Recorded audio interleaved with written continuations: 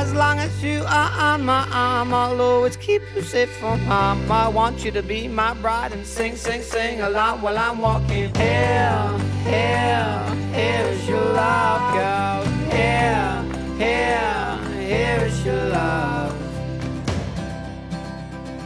Well, you're gonna go somewhere. I've got a lot to love to give. I've got a kiss for your name on.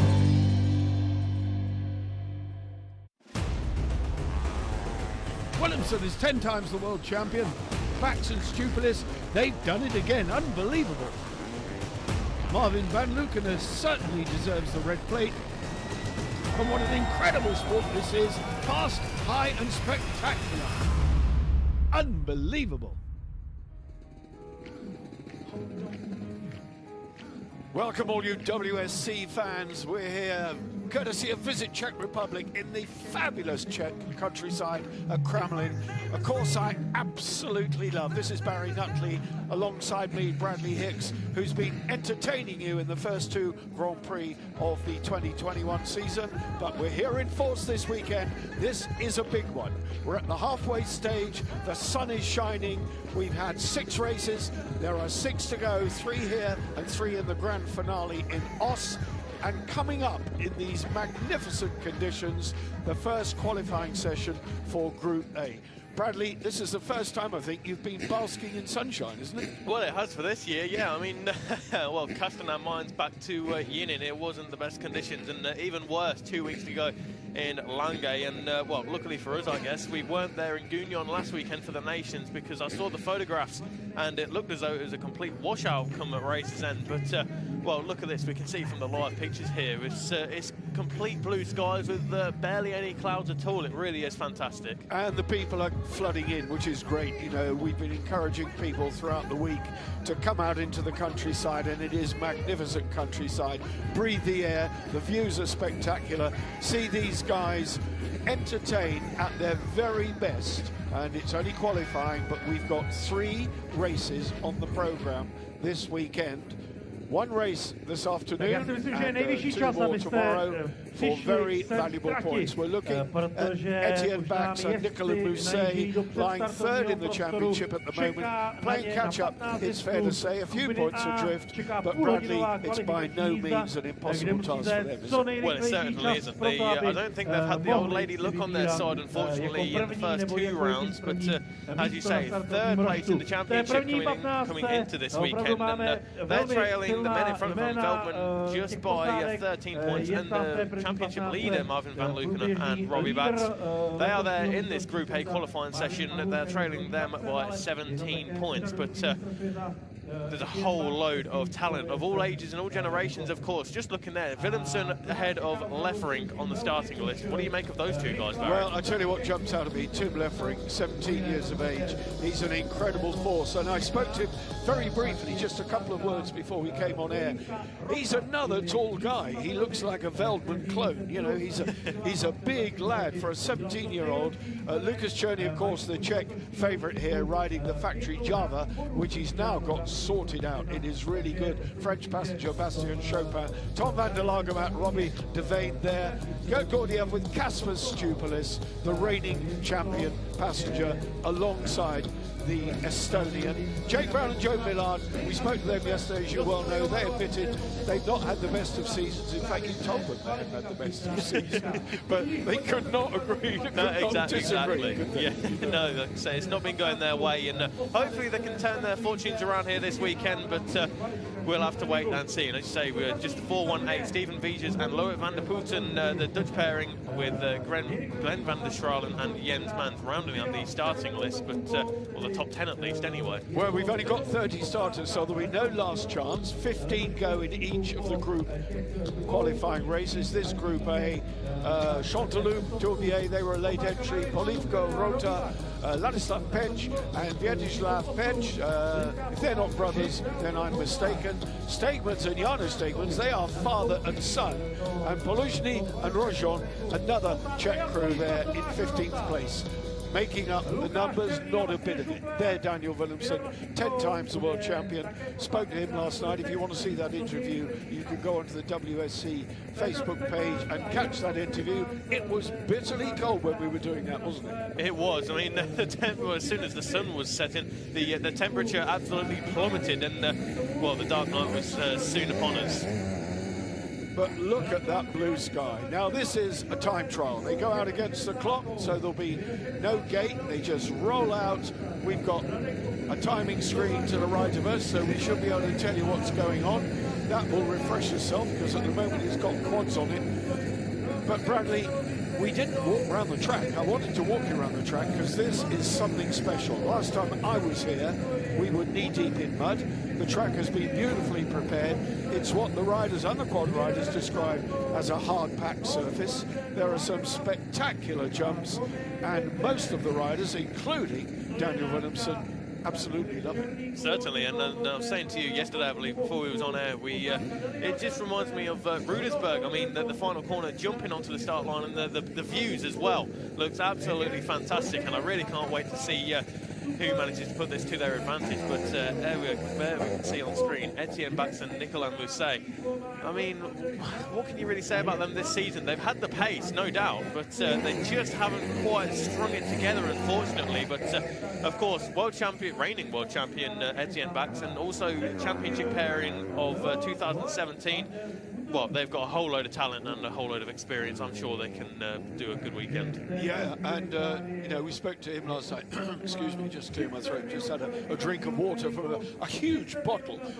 If I can describe where we are, ladies and gentlemen, we are in a glass-fronted commentary box on the second floor.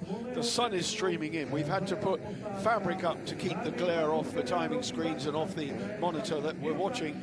And the ambient temperature is low. Out of the sun, it was down 10 and falling to 2 degrees last night. But in the sun, it is just magnificent. But I was saying, when we spoke to Etienne Bax, I made the observation that when you were doing the opening 2 rounds, his body language was not confident, was it? If I can use the word perplexed, yes. I think he was. I think that's the perfect word there, Barry. I mean, perplexed, absolutely. He's not been looking his normal self, to be fair. But, well, third in the championship, trailing the championship leader by 17 points. He has got his work cut out for him, and I think he, of all people, will know that coming into this weekend. But if any man can do it, it's Etienne.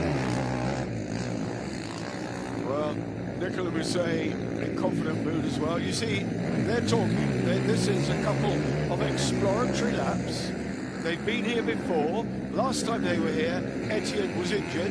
He'd had a recently broken collarbone, and he was struggling with that shoulder, so he was in desperate pain last time he was here in the mud, and he couldn't steer it round the corners and get the power on. You could see he was carrying the injury.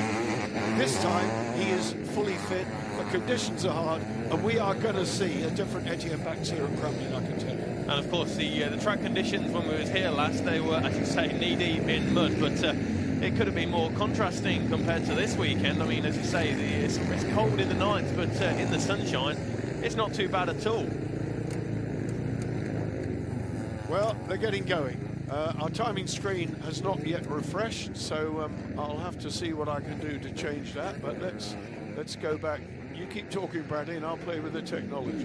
No problem. So, yeah, we're looking at Etienne Bax and Nicolas Mousset, as you say there, Barry. Exploratory laps in the early stages of this qualifying session, but just finding their groove, finding what works for them, and of course, they will be using all of this information and putting it to good use as the weekend goes on. But we've got the live timing screen managed and all figured out there now. Yeah, we're on the case. I mean, early days, 2 laps done. Jake Brown on top of the pile. He and Joe Millard, the British crew. The only British crew here, it's fair to say, or is there another one? Has anyone popped a surprise in? I don't think so. I think they're the only British crew, the number 8 crew. I think Gary Moulds was on the provisional list, but he's not here this weekend. So yeah, I think you're quite right in saying that Jake Brown and Joe Millard are the only British pairing. Yeah, Gary Moulds scratched, so he's not here. So they're on top. They need to up their game as well, by their own admission. But now we're looking at the 82. Etienne Bax, the defending champion, with Nicolas Mousset, his passenger, as Bradley quite rightly said, from the 2017 championship victory. A real force to be reckoned with, and a true professional. Etienne Bax comes with many loyal sponsors, a big truck, it's a good setup, a good organisation. He is one of the consummate professionals in the field. And there are half a dozen. Yeah, he certainly is. And as you say, when I first came to the sport in 2019, one thing that stood up was the big yellow truck of Etienne Bax, and really gave a professional look.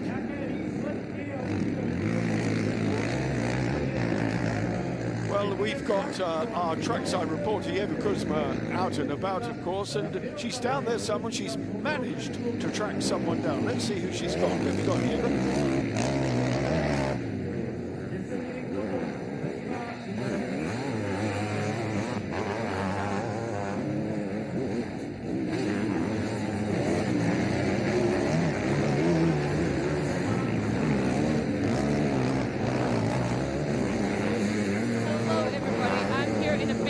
At the moment, everyone's out and about. I don't have anyone here yet, but guys, this is amazing. The sun is shining, the bikes are roaring, and I just can't wait to see what kind of race day we will have it here in Kramolin. And I can guarantee it's going to be fantastic, because the boys are not coming into the pit lane. When it rains, they're all here, but when it's nice and sunny, they're all out and about. But I will be back soon, so please stay tuned, and we'll have some awesome interviews a little later on. Well done, Eva. At least we know you're on the case. You're in the sun. Keep that coat on, though, because if the sun does go in, which it's not going to, but later in the day, you will need that coat. Right, Jake Brown's still on top of the pile at the moment, but my timing screen telling me there's been a problem. If it continues to give me a problem, then I will just... it's more like it. Etienne Bax, 147.4. So, I say it's a long way to go. It's 25 minutes, 30 minutes actually. We've got 23, the clock counting down. Let's run through some of these top names we can expect to see. Well, Daniel Willemsen, of course, and there, the number 2 crew, the number, that's Van Lukenen, of course, Marvin Van Lukenen, and Robbie Bax, the younger brother of Etienne Bax, the number 83. So Marvin Van Lukenen and Robbie Bax leading the championship, just a 4-point gap they have over Julian Veldman and his Czech passenger on Rachel. Look over the shoulder from Van Lukenen. Peter Stegmans, 50 years of age next year, is gone into second place at the moment.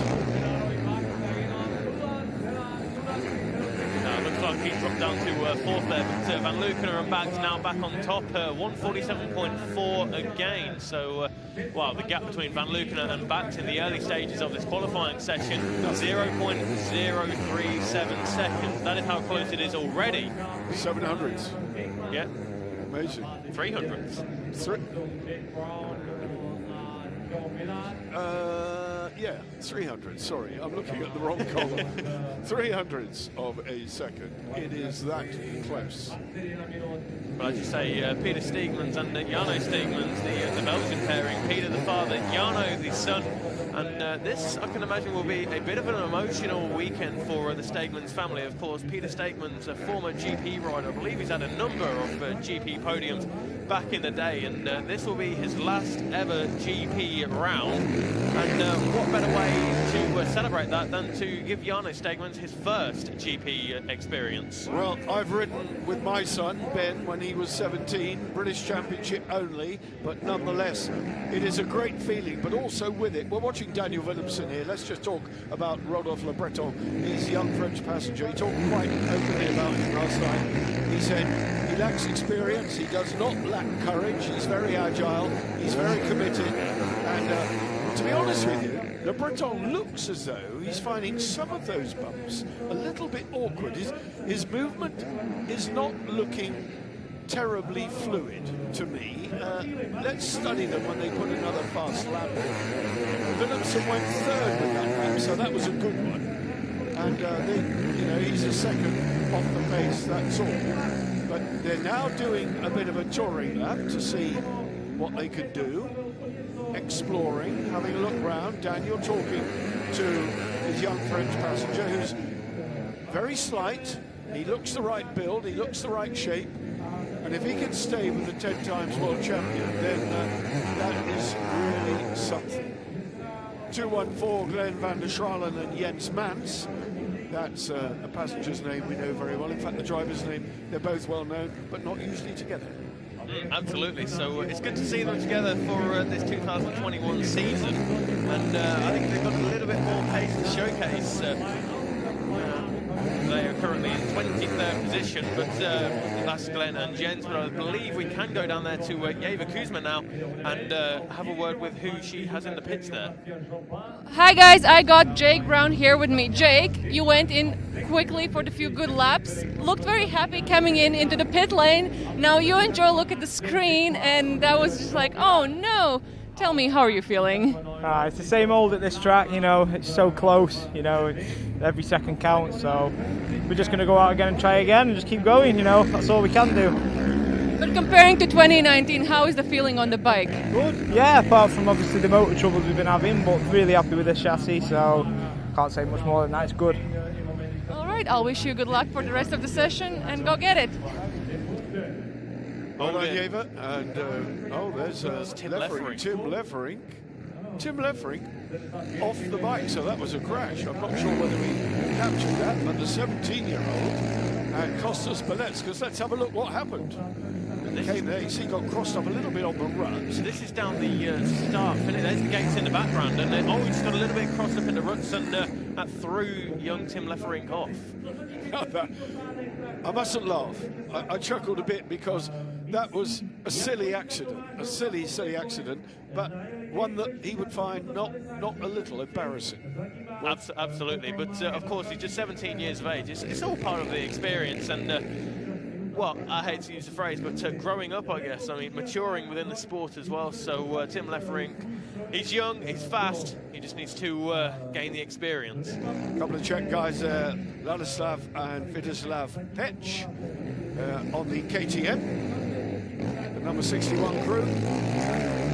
They're looking good in the sunshine here, and of course Kramolin will be not new to them by any manner of means, because this is a regularly used track for national and international competition. Second time I've been here for a Grand Prix.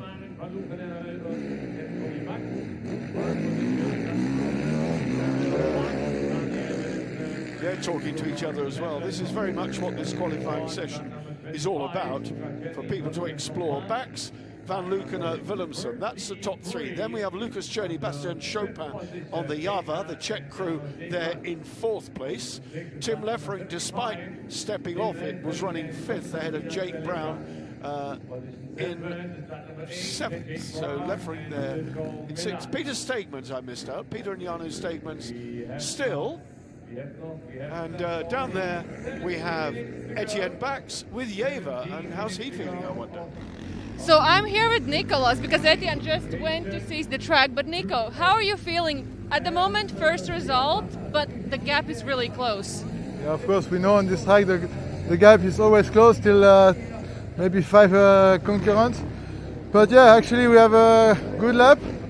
Now we will see. We're waiting a little bit for the rest team, and yeah, I think we go one more time because we have seen new lines. Then I think it's possible to make a better time.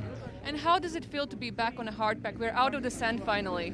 Yeah, for me it's good because I'm a passenger on a hard pack, and but yeah, it's not a problem. But yeah, it's really nice to come back in the hard pack for me. Yes. All right, I'll wish you good luck, and I'll catch you later. Thank you. Thank you. Well, good to hear that lovely French accent. He's such a delightful man, family man, of course, as so many of the. Well, he's not older, he's young, but I mean, once you get out of your teens, you start to think about other things, and family becomes important, and Nicola no exception. 151 Gordiev, and he's got Kasper Stupilis on board. Kasper spoke to me yesterday and said that what he's trying to do in that relationship is bring his experience to an already more than competent driver, but just showing him the little nuances and the differences that he can implement maybe to go one step further up the ladder. Well, absolutely, and that will prove absolutely vital for Gert Gordiev, because, of course, let's not forget that Kasper Stupilis, a multi-time world champion, and with all sorts of different drivers as well. So Kasper Stupilis has bags of experience as well. Gert Gordiev has the pace, but this team, they can really combine their knowledge, and I'm sure it will prove important as the season goes on into the final half. Well, the interesting thing is that despite living in separate countries, they are only 2 hours apart. So the travelling time between Latvia and Estonia, insignificant. Both of those countries have less than 2 million people in terms of total population. Geographically, they are the most beautiful places to visit. And I know we are urging you to visit the Czech Republic, and the same is true of those Baltic countries. They are fascinating, and the spirit of the people are also friendly, and that comes across when we talk to these guys. It certainly does, and I think he spoke to Kaspers yesterday, and it's very conversational and very knowledgeable as well. So a very interesting person to talk to. I'll put my teeth in for the rest of the action. Gert Gordiev, my mistake there, sorry. And haven't had a chance to catch up with him as the season's going on, but I'm sure it'll be very interesting to see how Kasper's, from Gert's point of view, has managed to improve his riding as well. So Gert Gordiev, we saw him inside the top 5, top 6 in Langay in the first race. So they're getting there. They get in there. It just takes time, and of course, that is the way. But Marvin van Luckner and Robbie Baggs, look how much corner speed they can carry through the first and second turns. Indeed. They are looking very good here. The red plate holder, of course, the significance of that, if you are new to this, which I very much hope you are, because we welcome new viewers. That's the whole point of live streaming right across the world. If you're watching this anywhere on the live stream, and if you're there in the USA, then get your backsides into gear, because this Sidecar Motocross is something else, and we would dearly love to see a couple of US crews. You know, you're all very good at the quads, and you're very good at anything you turn your hand to. You guys over there in the USA, we want to see you in world competition on Sidecarcross. So if you're watching this in the States, note carefully how it all is performed, because it's teamwork. It's all about teamwork. A little bit, probably, like co-commentary, isn't it, really? Yeah, just a little bit, and say you're the driver, and I'm very much the passenger trying to stay with you. But yeah, Marvin van Luckner and Robbie Baggs, as we were saying, just going around the very banked right-hander. But they are currently second place, the number 2 outfit, red plate holders, as you quite rightly say. Currently in second place, just behind the reigning champion of Etienne Bax and Nicolas Mousset, with a lap time of 1:47.075. That is the benchmark currently, but with just 12 minutes remaining, will we see that tumble? I sure hope so. What I didn't finish explaining, because I got carried away with my commercial for World Sidecarcross in America. The red plate is held by the current championship leader, and Marvin van Luckner and Robbie Baggs are red plate holders. And my timing screen has gone AWOL. It's showing me still that we've had 17 minutes, so it's dropped out. And, I don't know. I'm not sure what the 9:30 means on the end. So I don't think it's performing, is it? The 9:30 on the end for Etienne Bax and Nicolas Mousset is the time in the session where they set their fastest lap. So as we can see there, Marvin van Luckner and Robbie Baggs in the 17th minute of this session, they set a 1:46.580, and that is currently the fastest lap with 11 minutes to go. So yeah, the column on the right of the screen you're looking at there is just the time in the session that they set their fastest lap. Much like Peter Stegmans and Jarno Stegmans, they have set their fastest lap very recently with a 1:50.449, just inside that top 5, ahead of Jake Brown and Joe Millard. Bradley, thank you. That is really good. You've educated me on the WSC timing screen. I'm not familiar with that final column, but I am now, and that's really good. I appreciate that. So it is performing. Every now and then I have to refresh it. But now we're looking at the number 40 crew. That's Romeric Chanteloup and Alexandre Tourbier, all French on the WSP Zabel. French crews will like this sort of going. There's no doubt about it. You heard Nicolas Mousset talking about how much he likes the hardpack. You go anywhere in France on a dry day, and this is the sort of terrain you get. with the addition, in many cases, of a few large rocks that pop up through. So France is very famous for throwing up big stones that cause punctures. Not that these guys worry too much about punctures. They don't have inflatable tyres. They have a big rubber mousse inside, which means that even if you impact the tyre badly, the rubber mousse is like a piece of solid tube with varying degrees of compression, so it's like false air, and it cushions the tyre and does the job that the air would normally do. We're now back with Willemsen to see what he can do. Currently third on that 1:48.39. He's 1.8 seconds off the pace. But let's watch, let's study Rodolphe Le Breton, his passenger now, and just see how the youngster moves.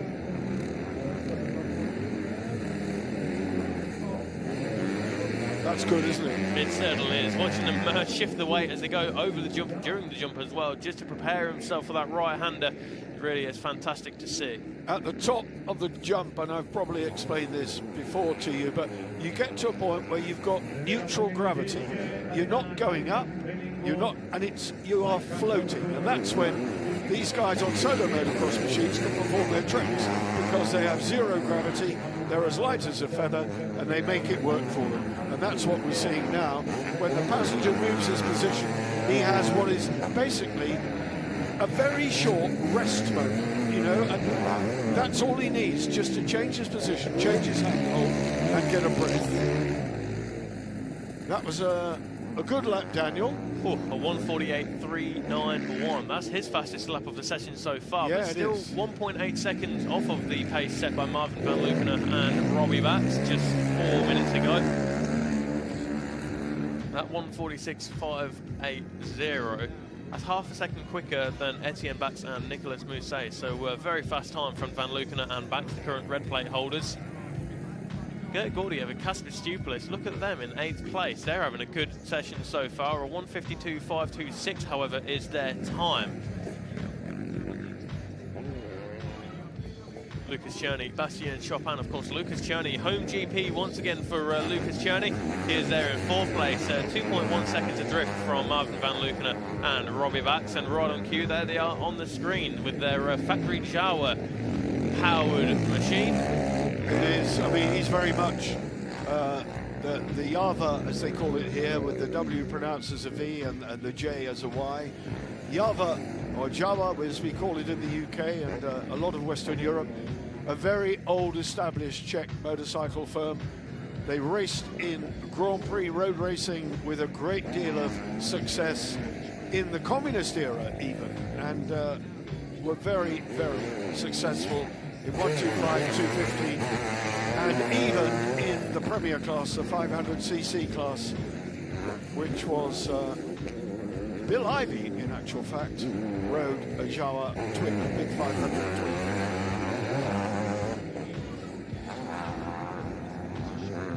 Lucas Cherney, having done his stint there, still in 4th place, but with 7 minutes still remaining in this session. Time for the last dash, of course, and we heard that from Nicolas Mousset. We're only riding around until the final few minutes, and then everyone goes for it, and that's pretty typical, isn't it, in qualifying? Yeah, I mean, you don't want to show your hand too early in the session, because obviously that will set the benchmark and everybody will know where to aim for. But we can see Daniel Willemsen right in the middle of the picture there with Rodolphe Le Breton, just making some communication with each other. And it looks as though they're going to take another touring lap this time around. So they better make it a bit of a sharpish one. Same as Lucas Cherney and Bastien Chopin, just pulling to the inside of the circuit there momentarily. But over the jump, and it looks as though they're going to go for it this time, Barry. Okay, let's watch then. Let's see, we've got 6 minutes going. So Lucas Cherney on the other with Bastien Chopin. This is a flying lap. They're currently sitting 4th at the moment. Down the jump they go. I was describing to Bradley, we didn't get time to walk the course, but round that back, and now off down the hill, down the back. There's a lot. He knew he got something wrong there. Yeah, he shook his head. He lost a lot of time there. Maybe just overshot the corner there, but yeah. So, one more touring lap it would seem, and then hopefully they'll go for it on the next one. But their fastest lap so far was set very, very recently in the 23rd minute of this session, a 1:48.713. It's interesting, isn't it, that when he knew he got it wrong, he thought, That's it. You know. That's it. No That's good. it. No, so what do you think Bastien Chopin's doing here now? Of course, Lucas Cherney is not on a flying lap, and Bastien Chopin, is he just prepping himself ready for this flying lap and knowing where to put his body at what time as well?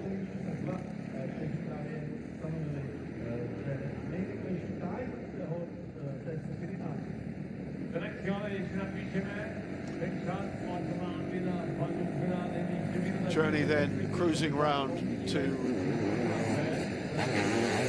come round and have another flyer, and they will both understand the politics, the protocol. They will both understand what they've got to do.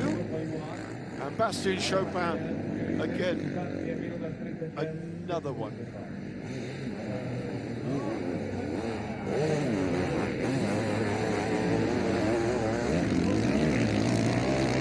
So we're looking at Lucas Cherney and Bastien Chopin, but I believe we can go down there to Yeva Kuzma once again, who I believe has Kaspers. How's he feeling there? So hey guys, I'm here with Kaspers. Kaspers, how are you feeling today? It's a nice sunny day here in Kramolin. Yeah, that's like you said. It's the sun is shining. It's much better conditions like in Lange it was, and we had some more bike time, not so much, but a little bit. So we feel better. Step by step, we try to build something. Also, last time we were all here, I think you and Etienne were nursing some injuries. This time around, again, some injuries for you and Gert, but can you push through? Yeah, it is what it is, you know, like you always can blame here and there, but it's our own mistakes. So that's part of the sport and our sport. So it is what it is. I don't blame the injuries. If I'm here, I try to battle. Are you guys going to go out one more time? I don't know. Need to ask the Gert. We try it several times. We prove every lap, so it's good. We are maybe a little bit off where we wanted to be, but I think we have a good feeling on the bike. All right, I'll wish you good luck, and I'll see you later. Thank you. Well, 8th place and 6 seconds off the lead. Not too shabby. They're going well. But Cherney now is on a flyer. Here he goes. The number 25, Lucas Cherney, Bastien Chopin on this flying lap, which has been long promised, and we now need to see what they can do. Currently sitting 4th. Can they get it in front of Willemsen? The difference in time, just about a second. That's all they've got to catch up. They've got to go a second quicker this time to put in 3rd. Marvin van Luken and Etienne Bax on top of the pile. Cherney and Chopin throwing it in to the left-hander. Now the passenger's got to get the grip on the rear wheel, away up over the top. Beautiful jump, positioning himself nicely for the left-hander. Hanging out, getting the power on the back wheel, driving up over the top of this one, and now it goes left. This is difficult. This is the left-hand turn up onto the start-finish straight in the run. Got taken the wider line, slightly wider, heading towards the timing beam. What have they done as they go over? Have they improved? Well, the timing clock not moving them forward yet, so I don't think they managed it that time. So still 4th. What a shame. Of course, if they're going to carry on of this very slow lap of the circuit, they won't get around in time to set another flyer. So I don't know if they're aware of that, but just less than 2 minutes, and of course the fastest lap, 1:46.580. Oh, it's going to be very, very close. But Marvin van Luken and Robbie Bax there. It looks as though they're on a flyer, but already Marvin van Luken are looking down to the left-hand side of that machine and shaking his head. He took half a second out of his own time. 46.071. All good then. Marvin van Luken and Robbie Bax, that is their fastest lap of the session, over a second quicker than Etienne Bax and Nicolas Mousset. They are over a second quicker, so that is good stuff indeed. So Marvin van Luken, Robbie Bax, as this session winds to its final minute, looking at the number 69, that's Peluzhny and Rojon, the Czech pairing. Paging through the screen, I will see where they are. They're on the bottom of the pile, unfortunately, but that's okay. They're here in their home Grand Prix, and I can tell you, it's a very proud experience to do that, to race in your home GP. And without a full grid, we would not have the spectacle of Sidecarcross that we get when all of these guys are on it, and when the gate drops. That's a moment I absolutely love. That charge, Bradley, up the hill, and in this case, the first right-hander up the hill, and then a sharp left. Got to be some fun and games there. It really is. It's going to be a spectacle, as you say, but that first and second turn so quick. I mean, I think that's probably the quickest first section of the circuit we've seen all season, so it'll be fantastic to watch all of those riders, as soon as the gate drops, just make their way towards that area of the circuit. But of course, that is all to come. But before then, we do have the Group B qualifying session, of course. But in the meantime, Van Luken are back. That 1:46.071, that puts them a second quicker than second place man Etienne Bax and Nicolas Mousset. The clock has struck zero now, Barry, so... Does that mean I have to put a slipper on and go home? If I can find my slipper. Brilliant. So, no more times. Our Czech pairing over the line then to round off this session. This was Group A qualifying. Group B waiting in the wings. Sorry, Bradley, I haven't got my big boots on today, but we're sitting under a very tight desk here. I'll open the drawers to see if there are any checkbooks or anything in there, but a check bud would buy. Yes. No jokes about the bouncing check. You can see how that left-hander digs out. This is hard back, but it's still, when they're driving up there, the rear wheel's spinning. That will be quite difficult for the quads to negotiate when we get to the quads as well. They're going to have to take the wide line, I would have thought. Of course, and it doesn't make life easy for our British pairing this weekend, Jake Brown and Joe Millard, of course, with the left-hand chair. They will find that a little bit difficult as well, but, you know, it's something that the left-hand chairs just have to contend with, unfortunately. Well, you say that, but if you come in there wide with a left-hand chair, you can be driving from here, and I'm pointing at the screen. Before the ruts even start, there's a bit there where you can start to drive, and drive all the way around the left-hander, putting the power into the back wheel and up over the top, whereas the right-hand sidecars have to get it lined up, get it straight before they can drive. So let's see, it might not be that bad for them. Well, no, 6 of one, half a dozen of the other, really, but hopefully they can put it to their advantage. But as we say, that is the conclusion of the Group A qualifying session for the World Sidecarcross Championship here in Kramolin. Van Lukener, Bax, Willemsen, Cherney, that should top 4. Stegmans, Brown, Lefferink and Gordiev. So despite Kasper's saying, oh well, you know, we'll try and find a bit more, not too shabby at all. Peter Stegmans and Jarno Stegmans as well, inside the top 5. Fantastic. That really is fantastic stuff, yeah. And of course the father and son pairing, as I said earlier, will be an emotional weekend, I'm sure, for the Stegman family. For a 49-year-old, and of course Danny Willemsen fast approaching that magical age barrier. He's not quite there yet, but he's certainly in the twilight of his career. He'll be the first to acknowledge that. Van Lukener, Bax, Willemsen, Cherney. There's your top 4.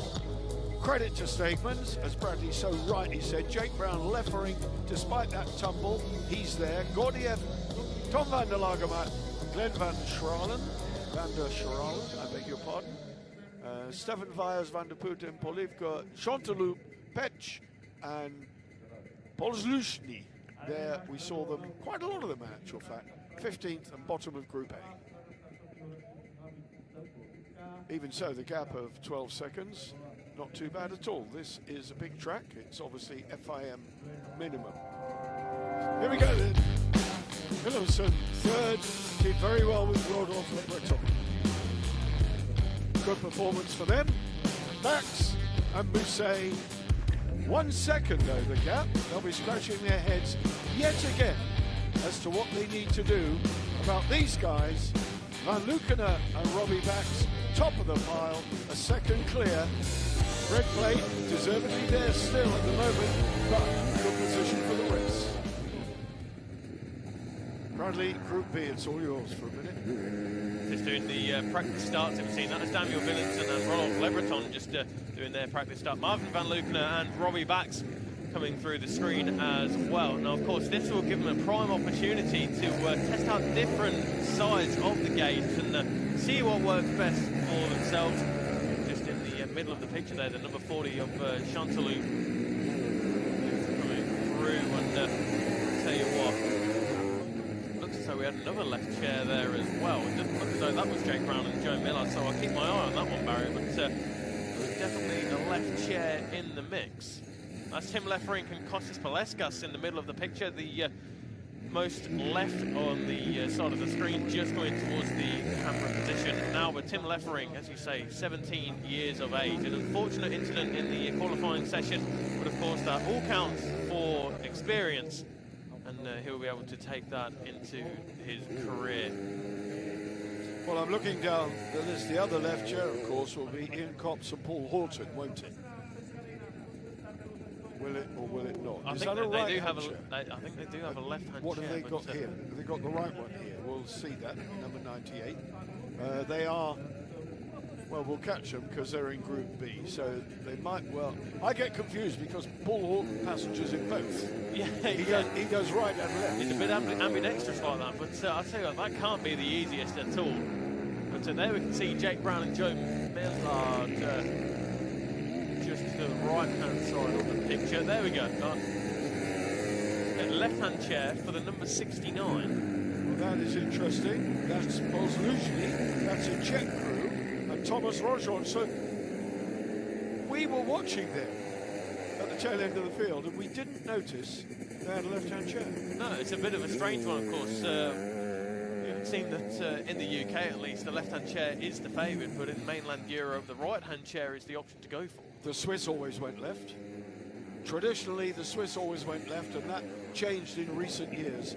But traditionally, the Swiss always rode with a left chair. There is Lefferink. This is interesting, where they can compress the front forks all the way down. So when they give it the full gas, there is a limited amount of the transition of the weight. Here we can see Gert Gordiev and Kasper Stupelis doing the same thing.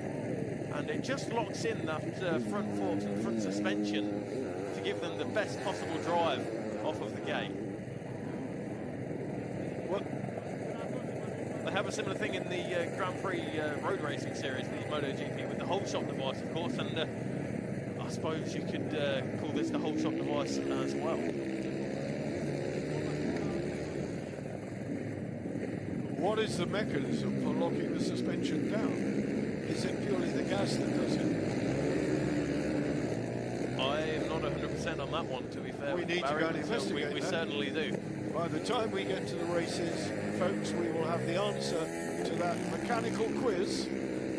But there we go. We can see the forks don't extend on the under acceleration, so it's vital for getting a good start, it would seem. There is Stefan Vijers, and Loa van der Putten, the Dutch pairing on the 418 outfit. WSP Zabel, two-stroke power. A real mixture of two-stroke and four-stroke power here, of course. Zabel, the engine of choice in the two-stroke field, although we'll be seeing Julian Veldman in the next group. He runs a Mega.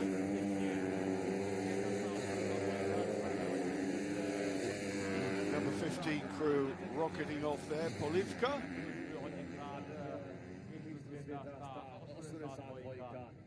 We'll be looking at Group B very shortly, but for now we're going to take a short breather and go look at some sunshine, wouldn't you?